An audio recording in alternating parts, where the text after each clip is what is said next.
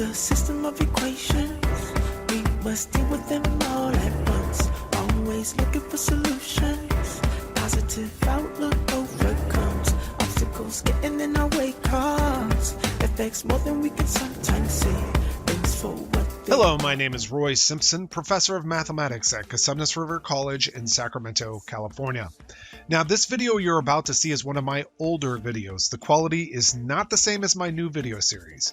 My intent is to make a newer version of this video at some point in the future. However, I want to make sure that students currently using my Mathematics in Review video series have access to as much help as possible when it comes to prerequisite topics. With that being said, let's get started.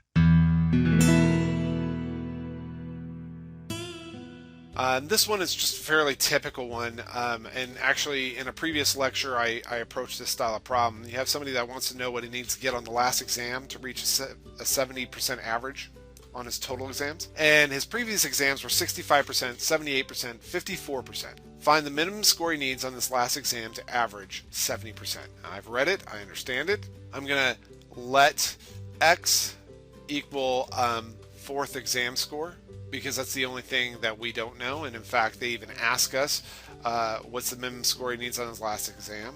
Now, the third thing is to write some type of expression or equation that involves this variable. Well, this is an average. Averages say you add up the scores and divide by the number of scores. But that's just the average. I want that average to at least be 70%. There's a couple ways you could do this. You could put a greater than sign here, because that technically would be the right way to do it. But since we haven't really talked about inequalities yet, I'm just going to find out when will his exam score be exactly 70. Alright, so let's go ahead and do this.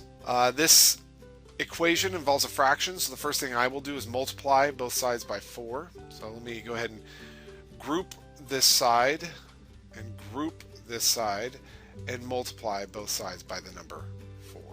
On the left hand side, 4 over 4 becomes 1, so that's kind of gone.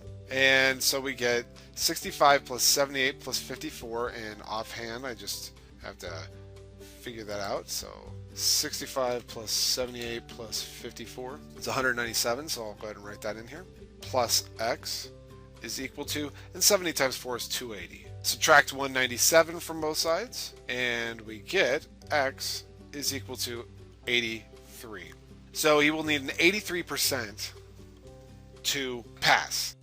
Thank you for watching this review video.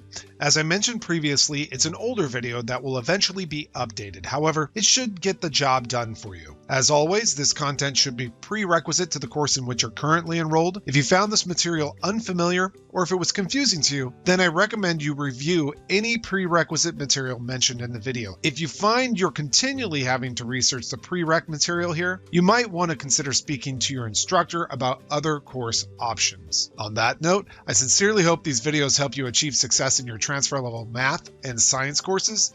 Cue the music. It's the system of equations. We must deal with them all at once. Always looking for solutions. Positive outlook overcomes obstacles getting in our way, cause affects more than we can sometimes see. Things for what they are and work together until you feel at peace. Just listen close. Don't talk too much that isn't kosher. You may really hurt inside. It doesn't justify you to speak too loud and cry.